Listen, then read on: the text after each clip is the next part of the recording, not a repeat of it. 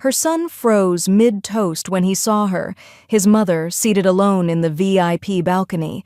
The venue? Hers now. The legacy he built with his bride? Signed beneath her name. Once he'd placed her at the back of the room. Now she owned the floor beneath his feet. "Remember me, Marcus?" she whispered. "I'm the guest you tried to forget." "All right, before we dive into this crazy story, do me a favor. Subscribe and tell us where you're watching from." The first thing Valerie noticed was the silence. Not the hush of reverence, but the kind of practiced quiet that falls over a room when someone uninvited walks in anyway. Charleston's humidity clung to her collar as she stepped into the venue's foyer. Arched windows, white columns, floor polished to the point of self-consciousness. A girl in a beige headset smiled tightly and asked for her name. "Valerie Monroe," she said. "Mother of the groom." The girl hesitated, then flipped through the seating chart with too much effort for something that should have been automatic. Her eyes froze.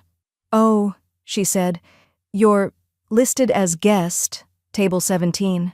Valerie blinked once. "Excuse me? I can double-check, but that's what we have here." Valerie looked past her, through the open ballroom doors. Paige's family filled the front rows like they'd rehearsed it. Matching cream fascinators, suits with pocket squares, laughter that rose just loud enough to establish ownership. Marcus was nowhere in sight. Table 17 sat near the catering door, behind the DJ booth, the farthest spot from the aisle. Strangers milled there, none of them familiar. One man already had his tie loosened. Valerie glanced at the ivory card in her hand. Valerie Monroe guest. The word hovered like a bruise. Before she could speak again, two ushers approached with apologies already on their lips. "Ma'am, I think someone accidentally took your seat at the ceremony. Can we escort you to your assigned table?" Assigned. Not invited, not honored, just placed. She followed without a word. The ceremony had already begun. Paige stood radiant in a backless gown, surrounded by blooming hydrangeas and 6 bridesmaids in muted blush. Her father beamed like a man who'd just bought the house outright.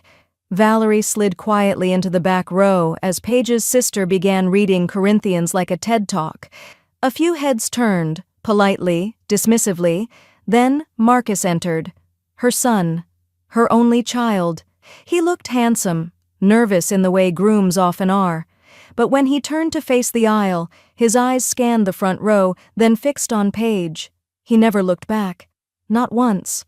Not even when Paige's mother dabbed her eyes dramatically, as if mourning the end of her daughter's maidenhood. Not even when the officiant said, "And to both families who brought them here." Beverly leaned in, her voice soft but sharp. "You okay?" Valerie reached for the water glass in front of her, sipped it slowly. "Hydrated," she said with a faint smile. As the applause rose, as cameras clicked and Paige tossed back her curls like a shampoo ad, Valerie reached into her purse. She took the seating card, the one with guest stamped like a warning, and folded it once. Then again. A clean, quiet crease. She didn't tear it. She wasn't angry. She was awake now. At the reception, the same tone echoed. Paige's uncle gave a toast before Marcus could even hold a mic. Someone introduced Paige's grandfather as the real patriarch. Valerie's chicken was cold when it finally arrived. No one asked if she wanted wine. Marcus passed her table once, paused, almost said something, then kept walking. Beverly squeezed her hand under the tablecloth. "We can go," she whispered. Valerie shook her head. Not yet. She wasn't done watching.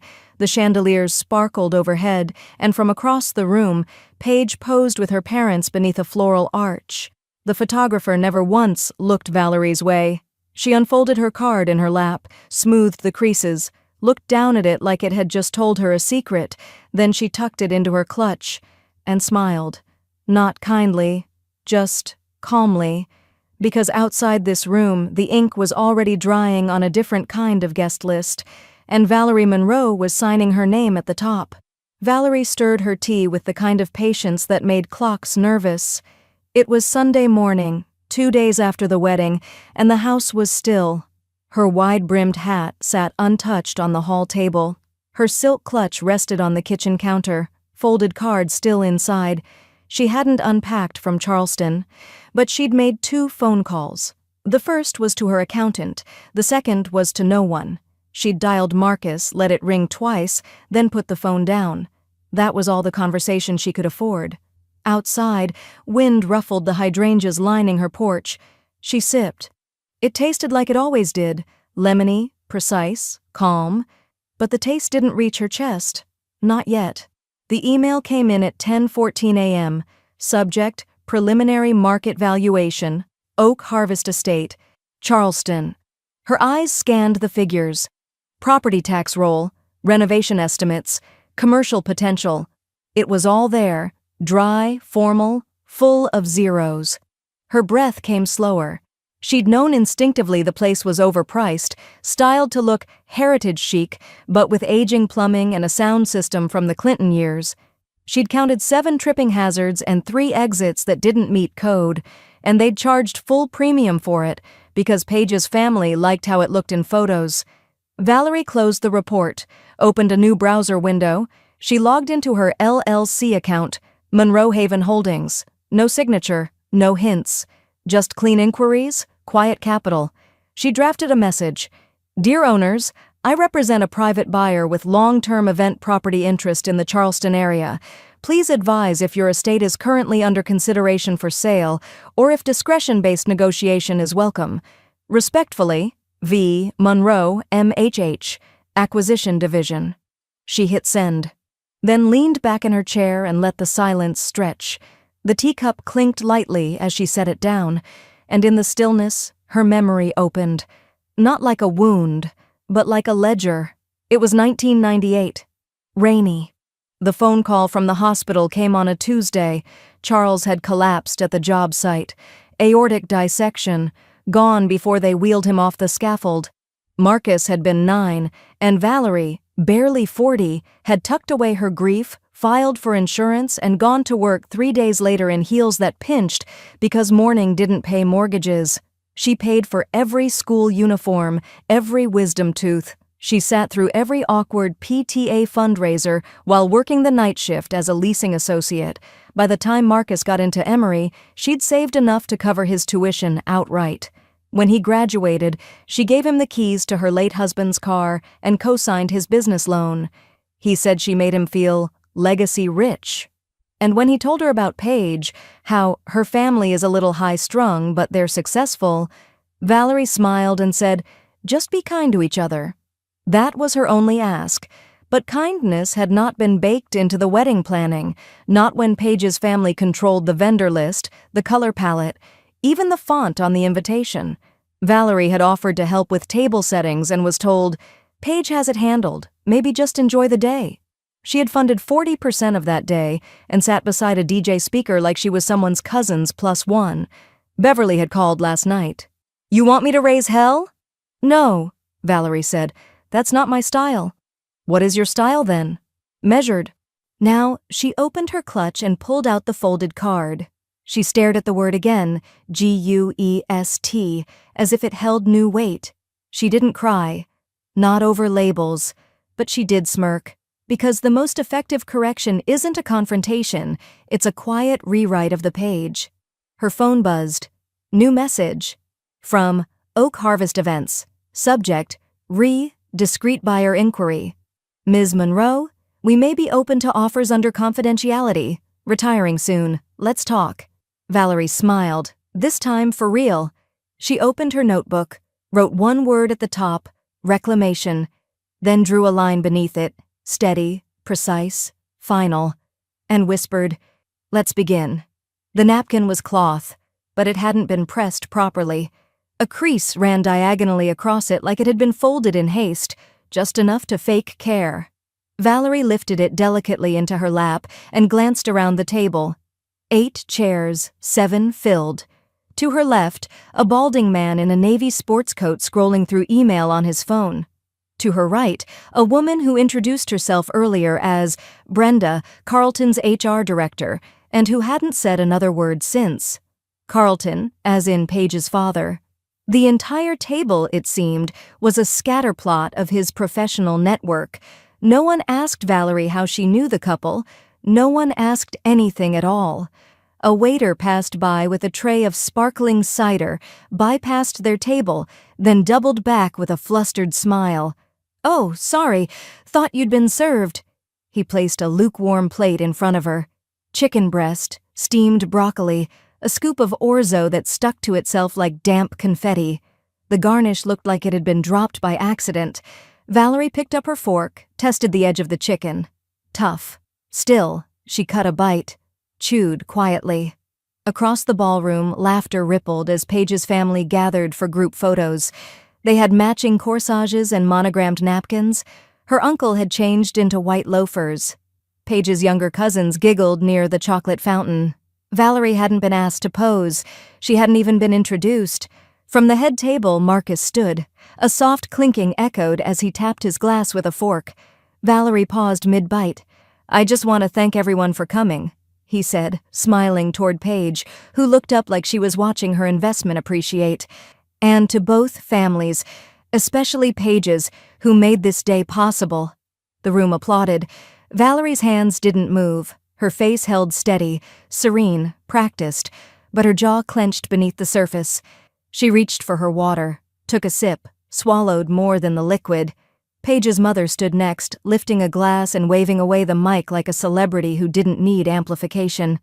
"You know," she said, voice pitched perfectly for the room, "when Paige and I first toured this venue, I just knew it was the one. It speaks to our family's taste, understated elegance." Valerie raised one eyebrow. The ceiling fans creaked slightly. From where she sat, she could see a crack in the crown molding behind the DJ booth, a tiny water stain near the baseboard. Understated, sure. Valerie slowly turned her head and began scanning the ballroom, not for faces, not anymore, but for structural tells. Ventilation placement, flooring seams, the catering setup, narrow, outdated. Electrical outlets were sparse. One cord was taped to the floor with a strip of black gaffer's tape. She tucked that detail away, quietly. From the other side of the table, Brenda cleared her throat. "I think the dessert's lemon tart," she offered, finally acknowledging Valerie's existence. "I'm more of a pound cake woman," Valerie replied. Brenda blinked, then nodded. "Right." Valerie smiled, not warmly. After the father-daughter dance, which Paige's father introduced himself, then narrated for no apparent reason, Valerie stood. She didn't need another moment to cement her position in this room, but she did want one more look at what she was about to own. She approached one of the staff, an older gentleman refilling candles near the bar. "Excuse me," she said. "I was here years ago. My late husband and I used to come for jazz nights when it was still Oak Harvest Tavern. Is there any chance I could see the original dining hall?" The man lit up. "Course. You remember that? It's been a while. Come on, I'll show you."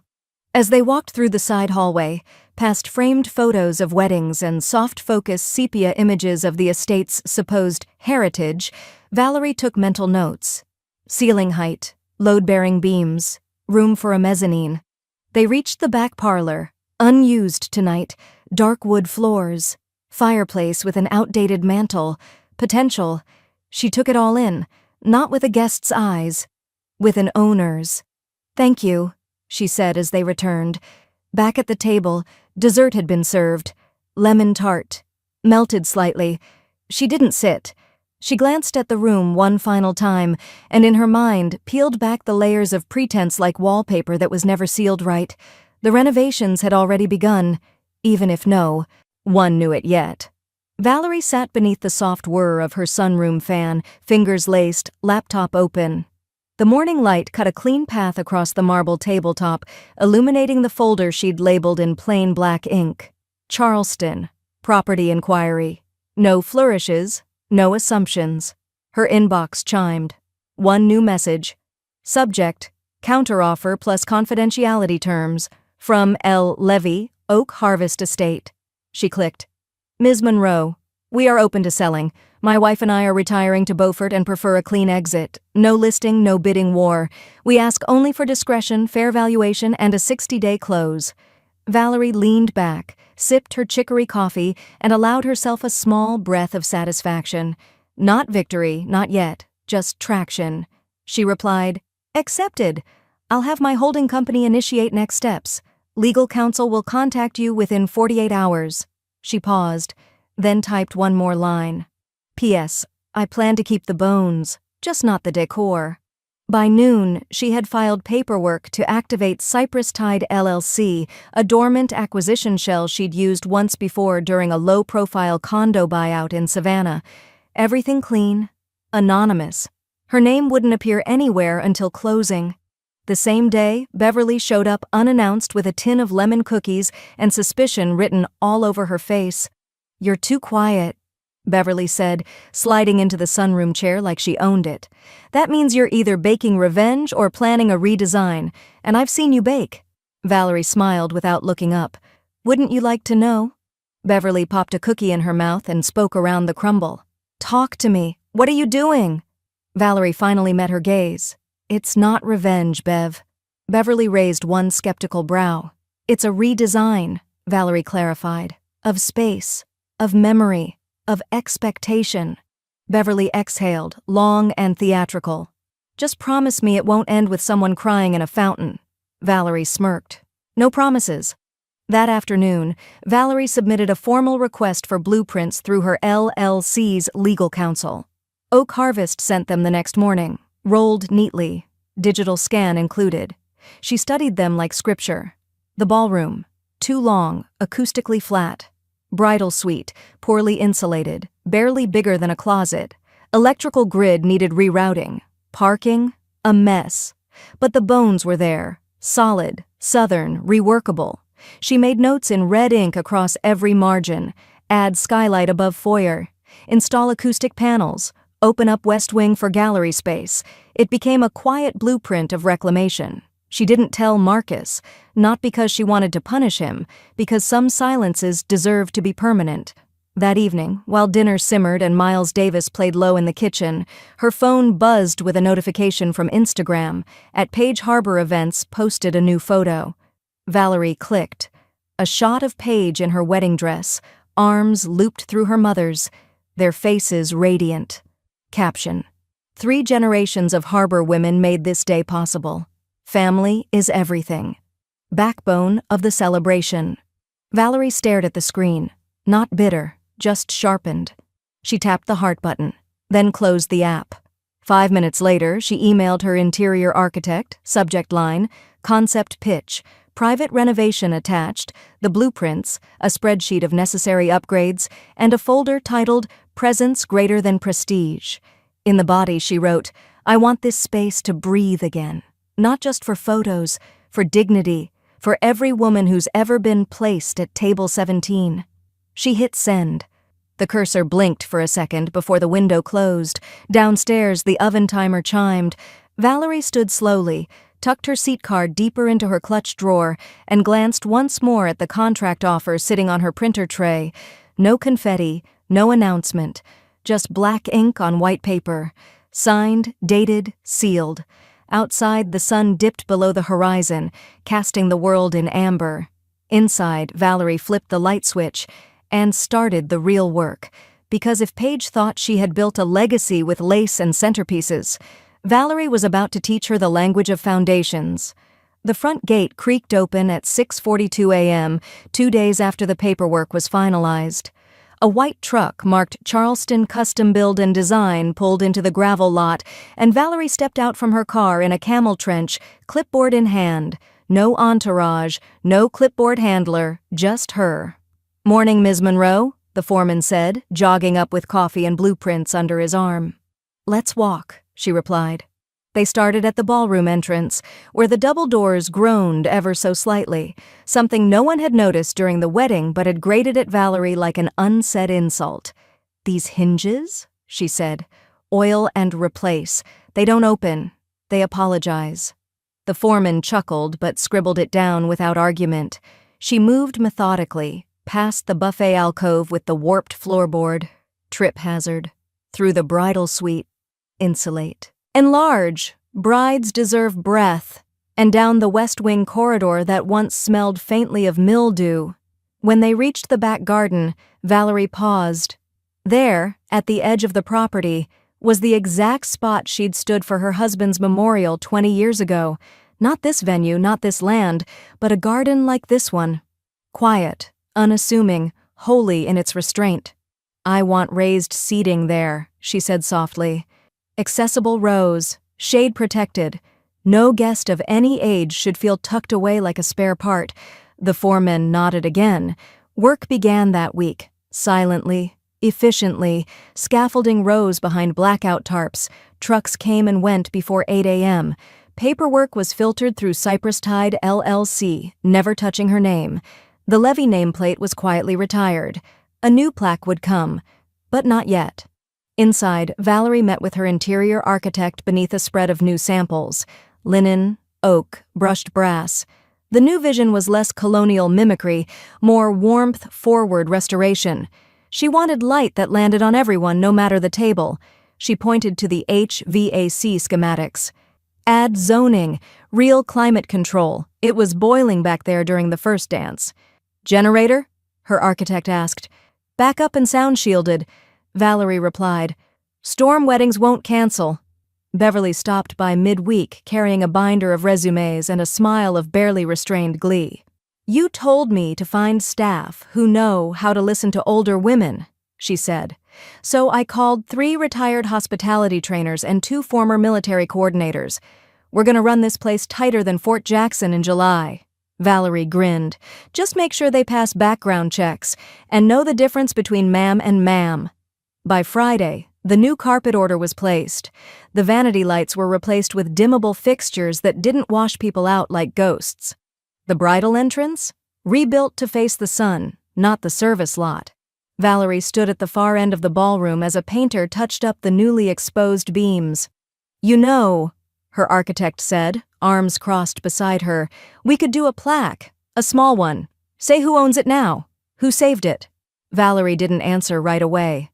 She watched the light change as it filtered through the fresh archway they'd opened near the west wall.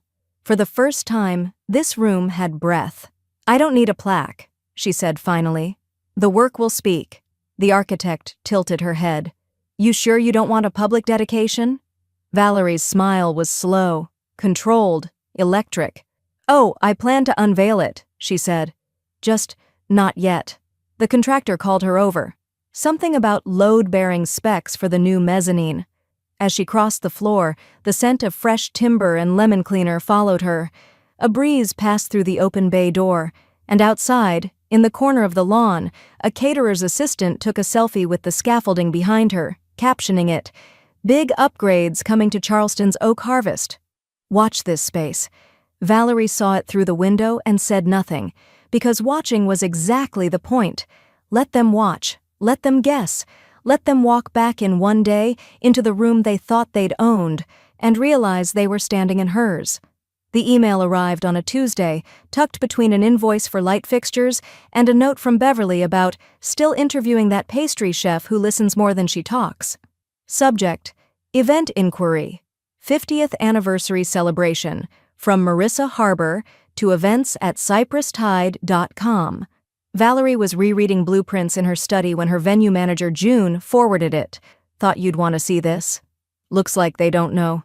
Valerie opened the attachment. Paige's mother, Marissa Harbor, had filled out the standard online booking form. Date, number of guests, requested ballroom and garden access, and a short note. "We'd love a warm, elevated space for our family to celebrate love and legacy." Valerie didn't laugh, but her smile stretched slow and clean. She called June. "Confirm the booking. You want to? Full rate, no discount, no heads up." June exhaled, a grin audible in her breath. "Copy that." That afternoon, Valerie walked the venue alone. The carpet installers had finished early. The new sound system was synced to voice control. She paused near the bridal suite, soft blush walls now framed with custom sconces, and opened the glass case newly mounted near the vanity. Inside, a rotating digital display, cycling gently through archived images of previous weddings and events.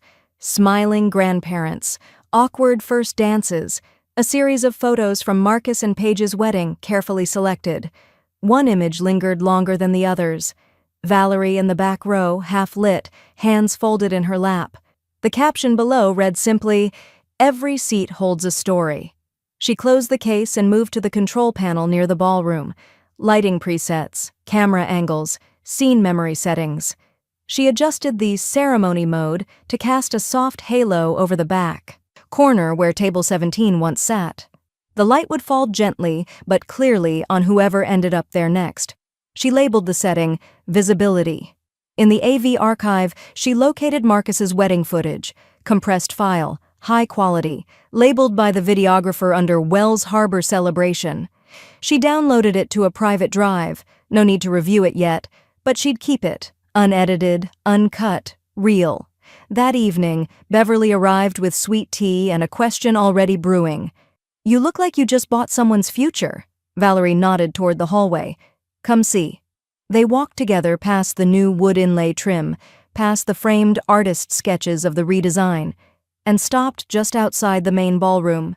There, in a shadow box mounted beneath the new wall sconce, sat a single item, the ivory seating card, still folded at the center, still marked, Valerie Monroe, guest. Beverly stared at it for a long time. "That's cold," she said finally. "No," Valerie said softly. "That's called preservation of facts." The week passed in a rhythm that felt more like choreography than business. Staff rehearsed setups. Caterers tested plating on ceramic rather than plastic. June updated the guest list intake forms to include optional pronouns and mobility requests.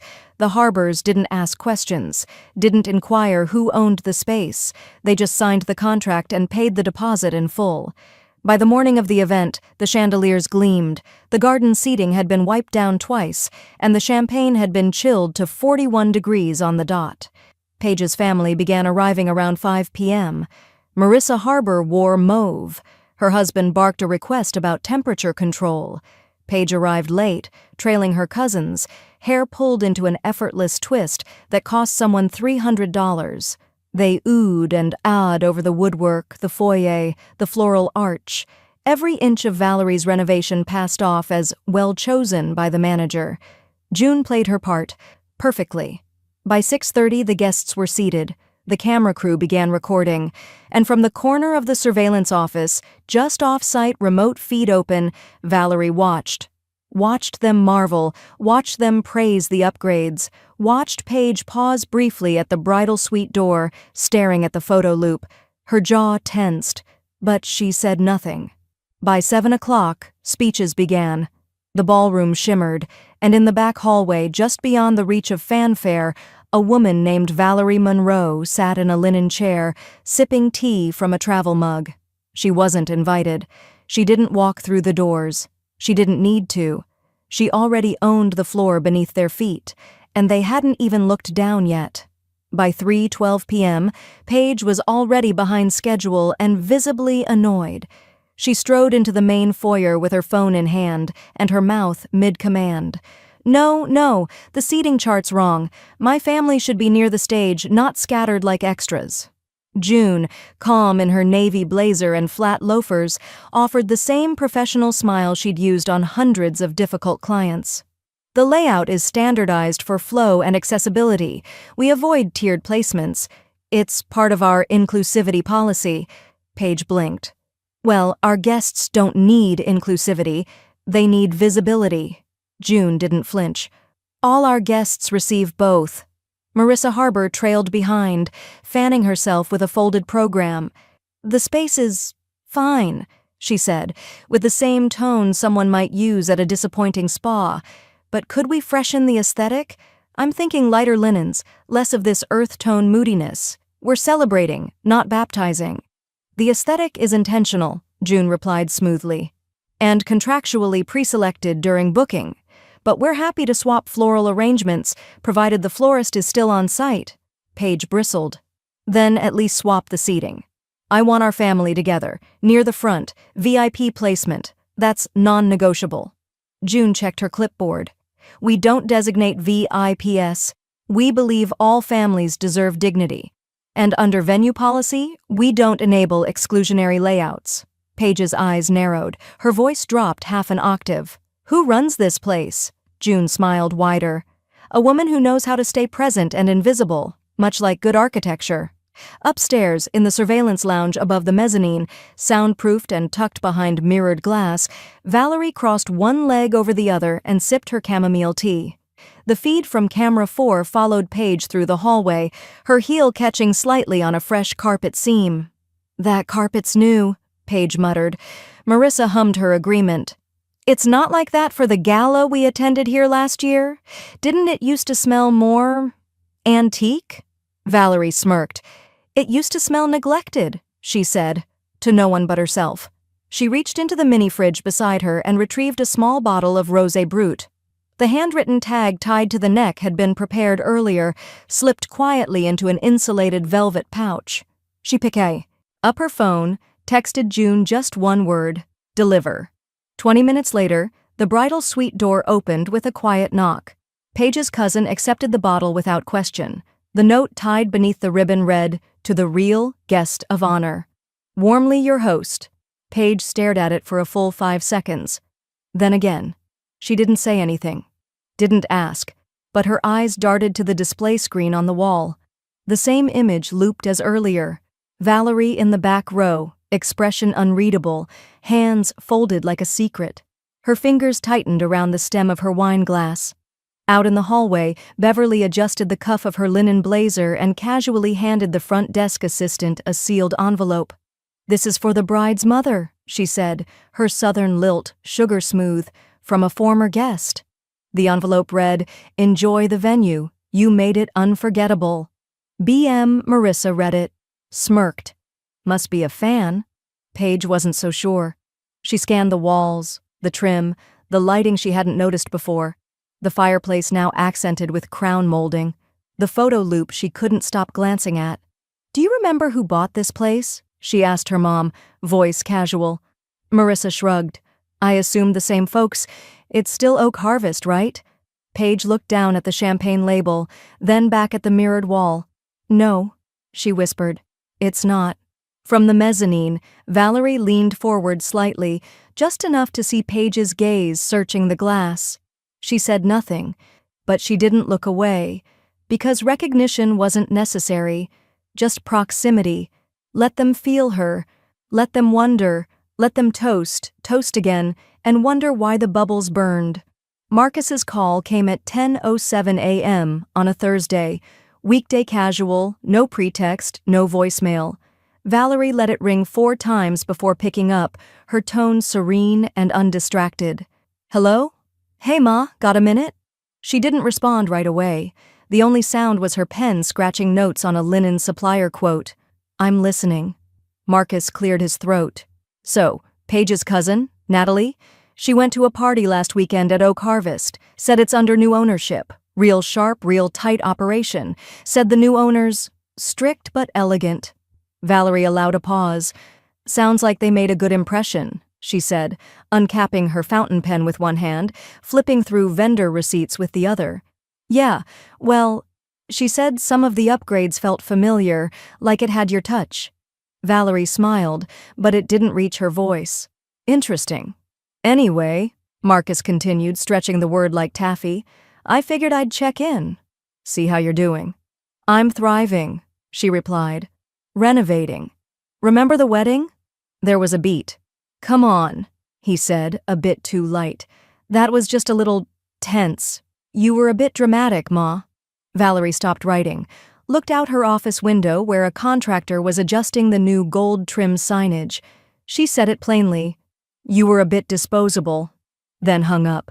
The line clicked back to silence like a period at the end of a sentence no one was ready for.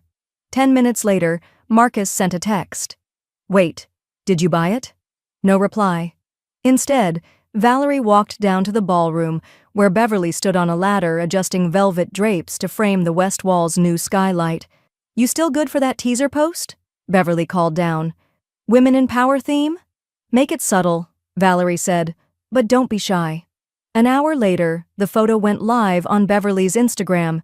It showed Valerie, silhouetted, centered, chin slightly lifted, as she stood mid-ballroom beneath a shaft of natural light. Caption: "Every woman has her season. Some just learn to bloom later." The post racked up over 3,000 likes in the first afternoon. Valerie didn't share it. She didn't need to. Marcus saw it anyway. Screenshots reached him through mutuals. One comment below the post read, "Wait, is this the Charleston venue everyone's whispering about?" Another said, "That's a power pose if I've ever seen one." He didn't text again, but his silence came threaded with recognition this time, not confusion. That evening, Valerie stood in the bridal suite, adjusting a new art print above the vanity. A hand-lettered quote beneath soft florals read, "You are not a guest in your own story." Behind her, the room glowed warm, recessed lighting, soundproof walls, plush seating, every inch remade not for performance, but for peace. She turned off the main lights and walked the length of the ballroom in the dark, just enough ambient glow to reveal the new custom flooring, where etched into the corner beneath the archway, invisible to most, were 5 words, built by what was discarded. She ran her fingers across the grain of the wood, then walked back toward her office, slow and steady. On her desk sat a sealed envelope addressed to the Charleston Women's Leadership Forum. Inside, a check, a keynote application, and one line in her bio that read, "Mother, Investor, Builder." As she reached for her cup of tea, her phone buzzed again. Not Marcus, not Beverly. A calendar notification, Harbor Family Anniversary, 6 days out. She smiled, then whispered into the empty room, "And may the guests be seated." The cease and desist arrived in a cream envelope sealed with wax, dramatic, unnecessary, and entirely on brand for Marissa Harbor. Valerie opened it with a letter opener shaped like a heron's beak, the kind she kept on her desk for gestures that deserved elegance but not effort. Inside, 3 pages of dense legalese and indignation, words like misrepresentation, breach of contract, and emotional distress floated above a sea of jargon. She didn't even blink. Instead, she forwarded it to Mitchell Green, her attorney of 15 years. He called back within the hour, dry as toast. "They've got nothing," he said, flipping pages in the background. "Your contract is bulletproof, non-refundable deposit, no clause for cancellation without cause, and your new event code of conduct was signed twice." "Anything I should worry about?" Valerie asked, stirring a sugar cube into her espresso. "Only that they'll be louder before they realize they've already lost." That afternoon, Paige's father posted on Facebook, "We've recently learned that our anniversary event is being hosted by someone with a personal vendetta, unprofessional and unbecoming. 12 likes, 5 heart reacts, 1 typo." Valerie didn't respond. She didn't need to. Instead, her publicist quietly distributed a press packet to Charleston's local lifestyle blog, The Southern Current, highlighting the venue's transformation under new leadership. The article hit by Friday, "A Southern Space Reimagined: How Oak Harvest Found New Life Under Inclusive Ownership," photos of the renovated bridal suite, quotes about accessibility, a section on redefining Southern hospitality. The byline didn't mention Valerie by name, but readers didn't miss the message. Within 24 hours, 2 brands dropped Paige from their influencer collaborations. By Sunday, the Harbors were backpedaling in group texts and private DMs. Still, the event proceeded. No cancellation, no press conference, just silence, forced and formal. On the evening of the anniversary, Valerie dressed in graphite silk and stepped into the venue from the private north entrance, her heels making no more sound than her smile. She moved through the upper hallway unseen, taking the lift to the mezzanine suite overlooking the ballroom. Soundproofed, velvet-draped, perfectly elevated. June handed her a flute of Prosecco. "Everything's on schedule," she whispered. "Seating complete, catering flawless, 1 minor tantrum, handled." Valerie looked down. Paige wore champagne satin. Her posture was tight, her smile thinner than gloss could conceal.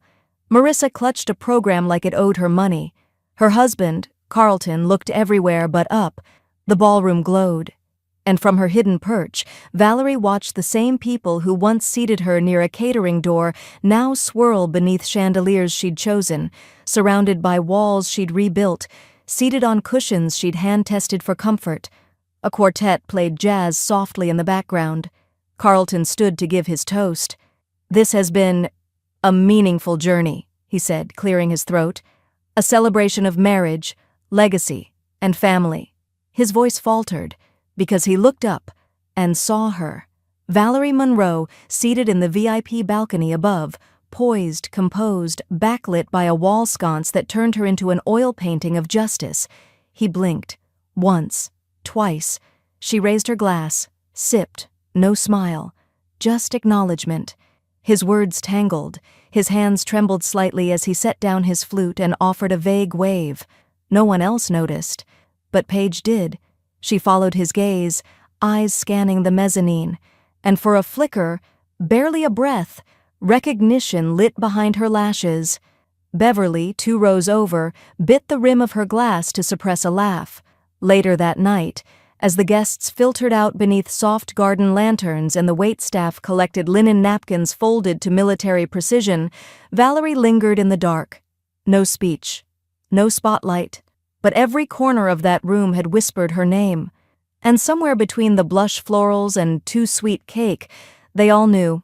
This party belonged to her. She didn't steal it. They mailed her the invitation. They just didn't read the fine print. The knock came at 8:15 on a Tuesday morning, quiet but firm, 3 measured taps that didn't belong to a courier or a neighbor. Valerie looked up from her breakfast table, where her planner lay open beside a bowl of sliced pears and chamomile tea. She didn't need to check the peephole. She already knew.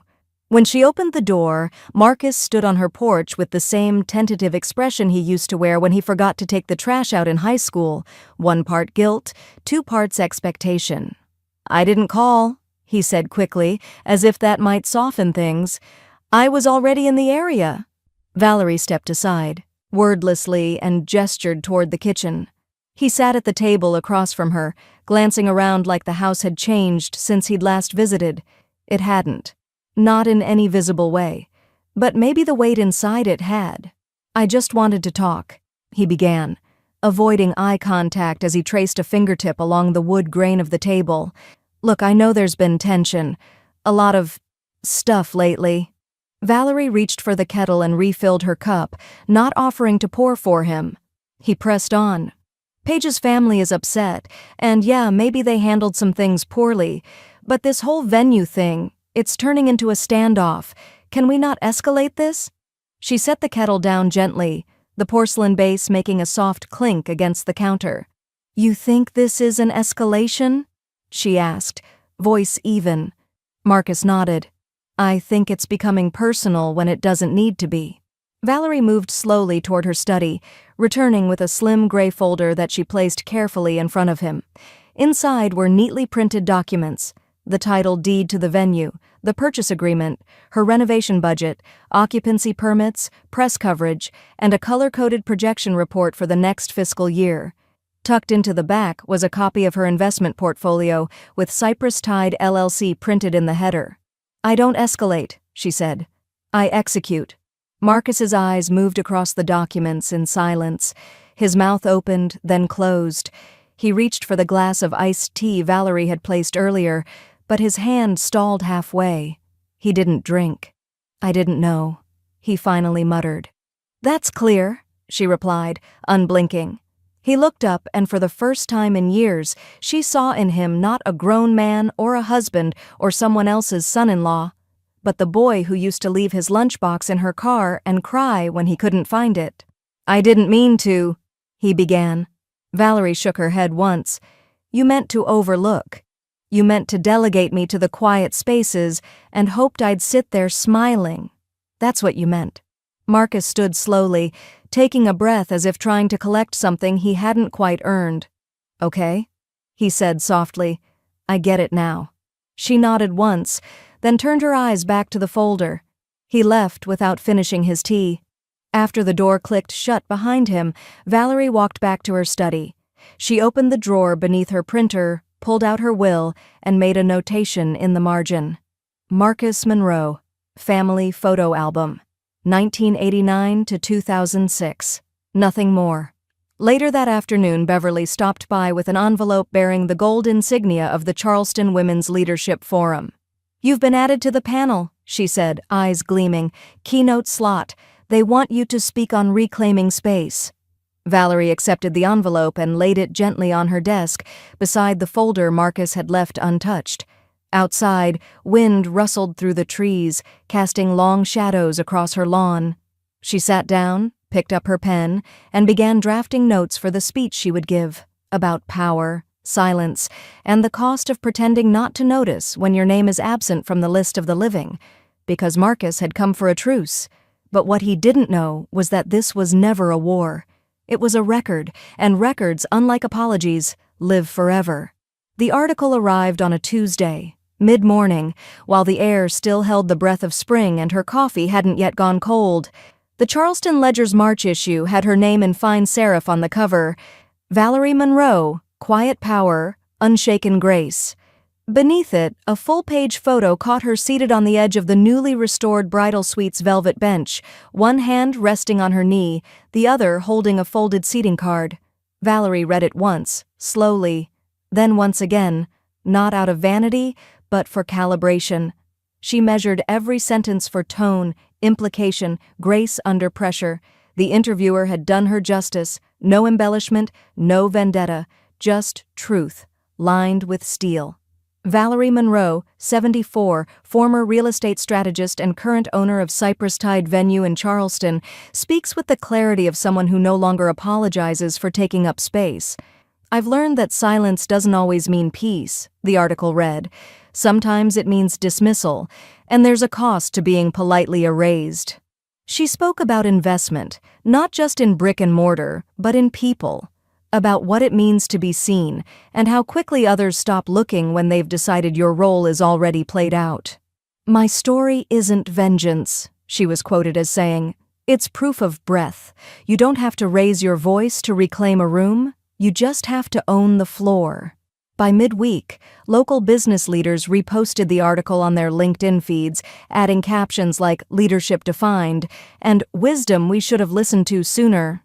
The Charleston Women's Collective requested a feature piece. A city councilwoman invited her to co-chair a grant panel for women over 50, and a mayoral candidate asked if she'd consider a community mentorship role. Valerie declined the political overture. She had no patience for televised civility. Meanwhile, Paige's curated image began to thin. Brands quietly stopped tagging her. Collaborations disappeared without formal statements. One boutique archived a wedding shoot from their homepage without fanfare. The hashtags she once curated, #LegacyBride, #SouthernGracious, stopped trending. It wasn't scandal, it was erosion, silent and absolute. Marcus moved to Atlanta by the end of the quarter. No dinner, no goodbye. Not even a change of address email. Just a forwarded lease confirmation Beverly noticed while sorting venue mail. Valerie saw it and said nothing. She didn't mourn absences that had been rehearsed long before they arrived. Instead, she met with the two waitstaff who'd remembered to bring her water that wedding night, the only ones who'd spoken to her like she belonged in the room. Anita, now working part-time while studying early childhood education, and James, who'd left hospitality altogether after being passed over for a promotion in favor of someone with better optics. Valerie offered them both management roles. "I'm not asking for miracles," she told them. "I'm asking for decency, from you and through you." Anita now oversaw the bridal wing. Every fabric, every schedule, every apology sent before one needed to be made. James managed staff operations with clockwork precision. Together they made the place breathe, not just function. "You sure this isn't too much for us?" Anita asked one evening, surveying a full client calendar. "No," Valerie replied, her voice low but firm. "It's just enough. You knew how to serve without shrinking. That's the skill I built this place around." That evening, Valerie walked the halls alone after the last tour group left. The ballroom was dim, the sconces set to their softest setting. On the far wall, a new plaque had been mounted, not in the entryway, not by the stage, but near the guest coat room. It read, "To every woman placed in the corner, you were never furniture, you were the foundation." She stood before it for a moment, not for recognition, for remembrance. Outside, Beverly leaned against the garden archway, phone in hand, scrolling through another round of online mentions. "They keep asking for interviews," she called. "They want to know what's next for you." Valerie looked out across the quiet lawn, where evening light gathered on the leaves like old stories finally told aloud. She tucked her hands into her pockets and said, "Tell them this. I'm not done restoring. I'm just getting to the rooms no one noticed before." And somewhere between the rustle of wind and walls that had once hidden her, Valerie smiled. Because legacy wasn't loud. It was built plank by plank until silence sounded like structure. It arrived tucked between invoices and vendor catalogs in an envelope soft with age. Valerie didn't notice it at first, not until she sifted through the morning mail after the second staff meeting and saw the careful cursive looping across a pale blue envelope. The handwriting was elegant, deliberate, old-fashioned, but proud. No return address, just her name, Valerie Monroe. She opened it slowly, seated at her desk in the quiet hush of late afternoon, when the light through her study windows bent warm across the floor. The letter was handwritten in fountain ink. The first line read, "Valerie, you deserved better." She paused. Her chest didn't rise. Her breath hadn't caught, but it also hadn't continued. Something in her stilled. The letter was from Helen Harbor, Paige's grandmother, Paige's late father's mother, a woman Valerie had seen perhaps twice in her entire life, always polite, always peripheral. Valerie continued reading. "I watched you from the second row that day. I saw what they didn't want to see, the way your smile held while your seat held nothing of you. I don't want anything from you. I'm not asking for absolution or alignment. I just wanted you to know. One woman saw another, and I remembered this photo. You holding Marcus, 2 months old. You looked like the whole world stopped for him. I thought you should have it. I thought it belonged with you." With warmth, Helen folded inside the letter was a single Polaroid. The colors had softened with time, the edges worn slightly. In it, Valerie sat on a plaid picnic blanket, a wide-brimmed hat shading her face, baby Marcus bundled in her lap. His hand reached toward her necklace. Her face, unposed, unguarded, looked like peace. She hadn't seen that photo in decades. She hadn't known it existed. Her hands didn't shake, but her vision blurred softly, as if something inside her had just stepped into the light after too long in the dark. The tears came silently. No sob, no crumpling, just warmth sliding down her cheeks, collecting along her jawline. She let them fall. She didn't reach for a tissue. She didn't wipe anything away. When Beverly arrived later, with 2 cafe lattes and a new set of mock-ups for the East Wing art installation, she took one look at Valerie and stopped mid-step. "Oh," she said softly. "Honey." Valerie didn't speak. She just turned the letter around and handed it over. Beverly read it carefully, without interruption. When she was done, she set it down and then, without ceremony, knelt beside her. "You earned your silence," she murmured, "but you earned your sorrow too." Valerie didn't respond right away. Eventually, she reached for her pen and a fresh sheet of stationery from the drawer, cream paper, heavier than it looked. She wrote carefully, the loops deliberate, the ink slow to dry. At the top, she wrote, "Dear Valerie, thank you for not shrinking." She continued, "Thank you for not accepting less than truth just to be liked. Thank you for not folding at the edge of someone else's comfort. Thank you for knowing that the difference between rage and grace is only breath. And thank you for never mistaking dismissal for peace." She signed it plainly. "With love, Valerie." Then she folded the page, sealed it in an envelope, and walked to her office wall safe. She placed it inside, next to property deeds, financial statements, and the seating card now mounted behind museum-grade glass, not for legacy, for record.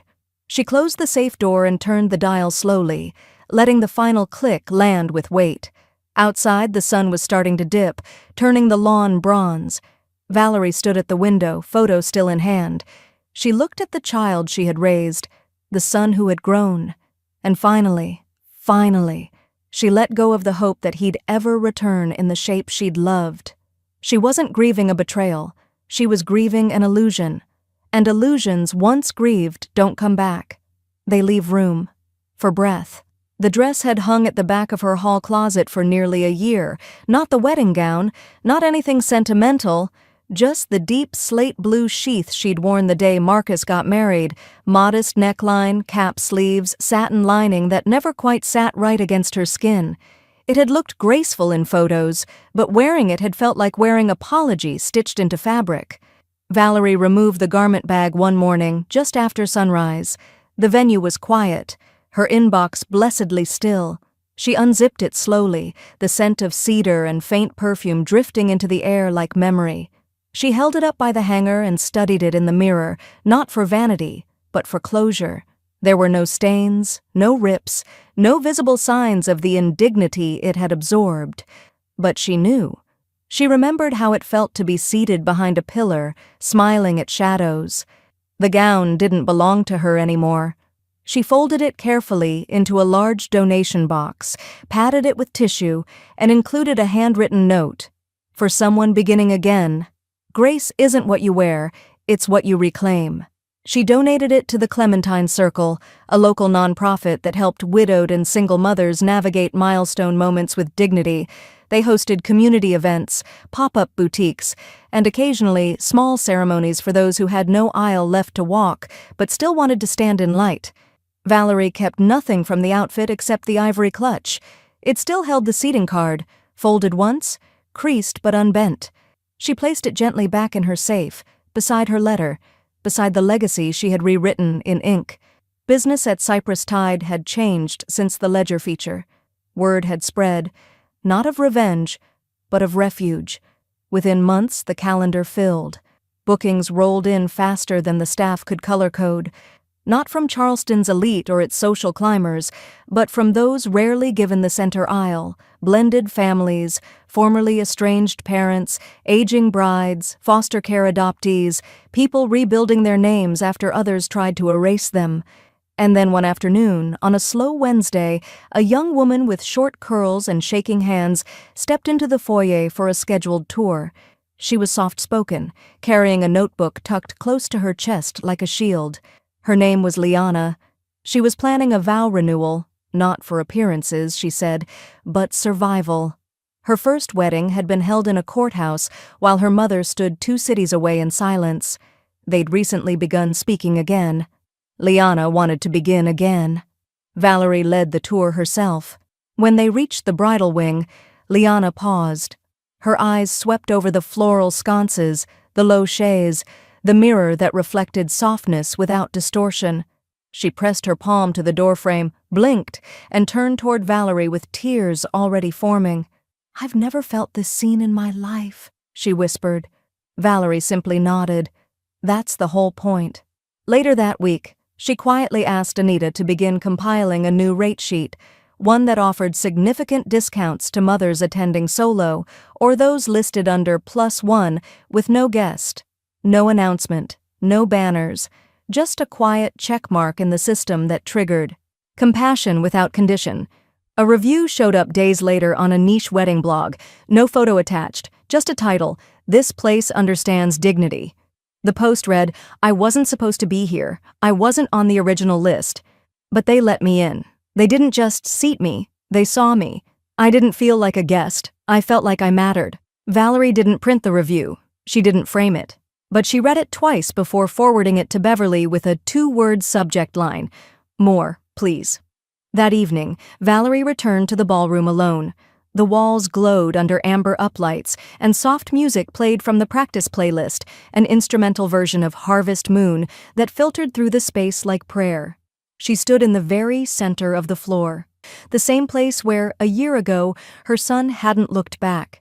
Now the room pulsed with warmth not owed to lineage, but to design, to choice. And for the first time, Valerie didn't feel the ache of what hadn't been returned. She felt the fullness of what she had built, not out of bitterness, out of blueprint, out of breath. The message came through a mutual friend, not in hushed gossip or behind a cocktail napkin at a gala, but during a casual brunch at the Terrace Cafe downtown, where Valerie and Beverly met every second Sunday, rain or shine. They were midway through coffee and croissant halves when Lena Rhodes, retired librarian, quiet Charleston institution, tilted her glasses down and said it in passing. "I heard your son's been listening to you." Valerie looked up, brow poised but not furrowed. "Listens to your panels online," Lena added, buttering toast. "The one about reclaiming space and the one from the Leadership Forum last fall. Someone told me he's watched them both more than once." Beverly didn't say a word. She just watched Valerie's face for tremor. There was none. "I suppose even echoes find their way home," Valerie said after a moment calmly. "Eventually." Lena sipped her tea. "He also divorced Paige." That made Beverly blink. "Really?" 6 months ago, quiet filing. No drama, not even an Instagram post about growing separately in grace or whatever that girl would have usually written. The rest of the conversation moved on. Local elections, a church fundraiser, a new poetry reading at the library. But Valerie's mind didn't drift. That evening, back at her home office, she sat by the window where dusk settled in steady streaks across the glass. She turned her phone face down on the table, not out of avoidance, but habit. Then she flipped it back. One new message, no contact photo, just a name, Marcus, 3 lines. "If you ever want to talk, I'm here, no pressure, just wanted you to know." Valerie read it once, and again. Then she set the phone down untouched. She didn't delete it. She didn't reply, but she didn't block him either. The message hung there like a door left half cracked, not enough to enter but enough to see light. Around 9 p.m. she returned to Cypress Tide. No events scheduled, no staff on duty, just the echo of what had been: linen-wrapped chairs, glass sconces on low dim, chandeliers stilled mid-glimmer. She walked slowly through the main hall, heels soft against the polished floor, stopping once beneath the mezzanine balcony. The same place he had once stood during the anniversary toast. The same balcony he had looked up toward and flinched. Valerie inhaled deeply, not from effort, but from memory. She moved next through the west hallway, pausing by the bridal suite doorway, and then into the heart of the ballroom itself. Here, where it all began, where she had first sat, uninvited but present, where they had once tried to forget her, and where they now booked, month after month, hoping to borrow even a shadow of her design. She stood in the very center of the floor. For a moment, she closed her eyes. And in the quiet, she remembered his laugh. Not the grown voice layered with condescension or clipped apology, but his laugh as a baby, full, round, bubbled with light and no edges. The one he gave freely when she played peekaboo on park benches or danced like a fool in their linoleum kitchen. That laugh lived somewhere beyond resentment, before conditioning. She opened her eyes, exhaled slowly. "I hope you find yourself," she said softly, the words not bitter, not sharp, not heavy, just honest. "I already did." She walked to the wall panel, fingers brushing against the switch plate like it was velvet. With a flick, the chandeliers dimmed to gold, then cut to black. The sconces followed, one by one, until the room was quiet shadow. She crossed the marble threshold toward the double doors, turned once more to look, not at a building, but at a monument shaped by healing, not hunger. She locked the doors behind her. There was no final gesture, no cinematic turn, just the hush of resolve, and the sound of keys being placed back into a coat pocket already lined with peace. The invitation had gone out quietly, no billboards, no glossy mailers with gilded edges, just a soft linen envelope with hand-lettered names and the words, "You were never meant to sit in the shadows. Come take your seat." It was Valerie's first public event at Cypress Tide since the remodel had been completed in full, and this time, there would be no head table stacked with surnames or seating tiers built on inheritance. The guest list included retired teachers, former nannies, disinvited aunts, community center directors, one lunch lady, and a chorus of women who had once worn dresses to events where their names had been left off the program. The ballroom shimmered. Soft brass sconces lined the walls. A local jazz trio filled the air with melodies that lilted but didn't demand. The carpet underfoot was quiet as breath. There were no numbered tables, only names, written in cursive, placed dead center. No one was off to the side. Beverly, dressed in navy and silver, passed her a glass of champagne before the toast. "You pulled it off," she said, her eyes misted with the same disbelief that attends answered prayers. Valerie's nod was subtle, but rooted. No one pulls this off alone. Later, when she took the mic, briefly with the ease of someone who no longer needed applause to know her own worth, she said only this: "I was once told I mattered, then forgotten like I hadn't heard it. Tonight is for every woman who still remembers the promise, even when the spotlight didn't reach her. You don't have to forgive the world for that, but you can outlive it." The applause was not thunderous, it was reverent. It rippled softly, like light across water, steady and deep. The next morning, a podcast episode featuring her interview aired on The Quiet Comeback. In it, Valerie spoke of grace, not as softness, but as the muscle behind restraint. She spoke of ownership, not just of property, but of story. She told the host, in the kind of voice that makes headlines without raising pitch, "When they hand you a place at the margins, build a center from it." The episode trended for 2 weeks. Emails flooded in. So Valerie did what she always did when the wind shifted in her favor. She used it to open more doors. She established the Cypress Tide Mentorship Fund, offering microgrants to women over 40 who wanted to reinvent, not because they failed, but because they were no longer willing to disappear. The fund didn't require resumes. Just a one-page answer. What have you learned that no one paid you for yet? The first recipient was a 62-year-old former caregiver named Dolores, who wanted to start a home bakery and needed help leasing kitchen space. The second was a bus driver named Carla, who had a screenplay in her glove box. And one morning, tucked between press clippings and thank you notes, Valerie received a floral arrangement of pale anemones and Queen Anne's lace, simple, soft, unassuming. The card inside read, "Still cheering for you. H. Helen Harbor." Valerie smiled, not out of victory, out of quiet astonishment that the people who'd once held distance like doctrine could still find their way to kindness. Later that day, she walked into her office, carrying a small black frame.